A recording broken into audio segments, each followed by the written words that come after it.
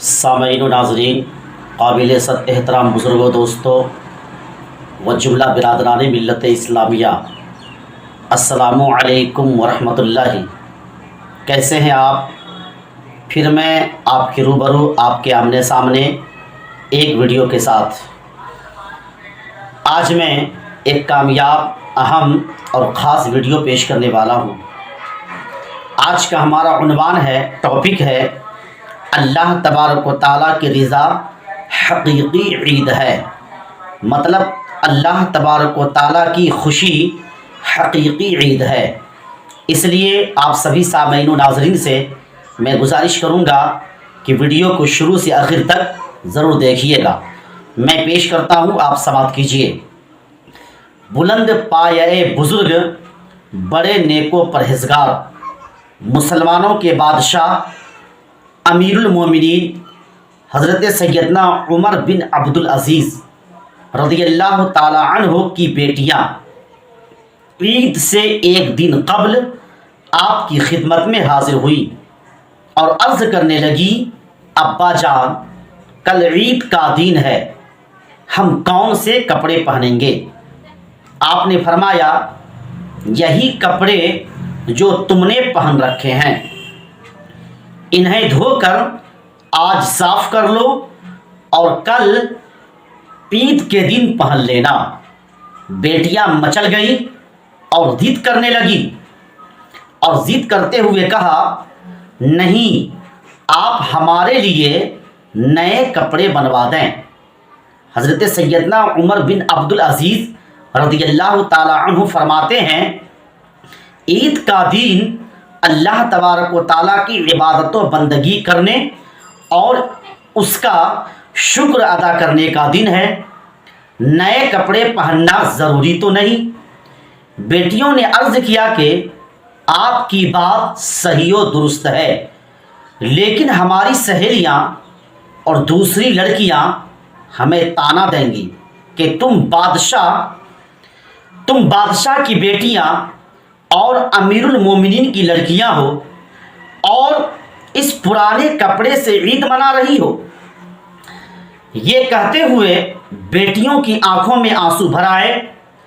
بیٹیوں کی باتیں سن کر امیر المومنین حضرت سیدنا عمر بن عبدالعزیز رضی اللہ تعالی عنہ کا دل بھی بھر آیا اور آنکھیں چھلک پڑی۔ آپ نے خازن کو بلا کر فرمایا، مجھے میری ایک ماہ کی تنخواہ پیشگی دے دو۔ خازن بڑے نیک اور پرہیزگار تھے۔ عرض کیا، حضور، کیا آپ کو یقین ہے کہ آپ ایک ماہ تک زندہ رہیں گے؟ امیر المومنین نے فرمایا، جزاک اللہ تعالی، یعنی اللہ تعالیٰ تجھے جزا دے، تو نے بہت عمدہ اور صحیح بات کہی۔ حضرت سیدنا عمر بن عبدالعزیز رضی اللہ تعالی عنہ نے اپنی بیٹیوں سے فرمایا، میری پیاری بیٹیوں، اللہ تبارک و تعالی اور اس کے رسول صلی اللہ تعالی علیہ وآلہ وسلم کی رضا اور خوشی پر اپنی آرزو اور خوشی کو قربان کر دو۔ کوئی شخص اس وقت تک جنت کا حقدار نہیں بن سکتا جب تک وہ شخص کچھ قربانی نہ دے۔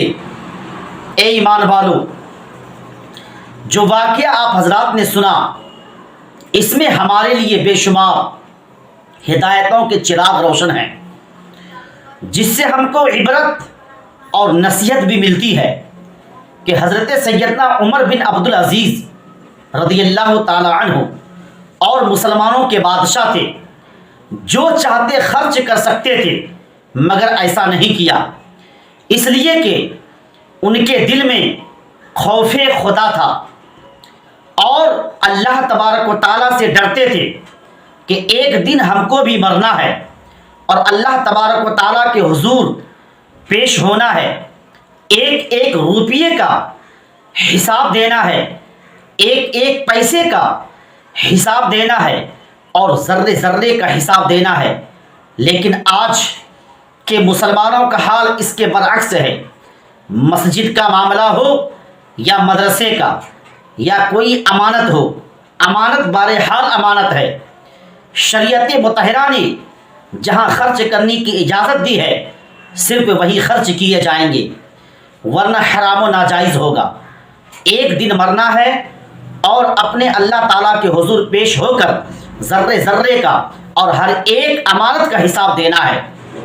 سوچ لو اور آج ہی فیصلہ کر لو، ورنہ کل شرمندہ ہوگے اور پچھتاؤ گے۔ اللہ تبارک و تعالیٰ اپنے امان میں رکھے اور حلال روزی، حلال رزق عطا فرمائے۔ آمین ثم آمین۔ السلام علیکم۔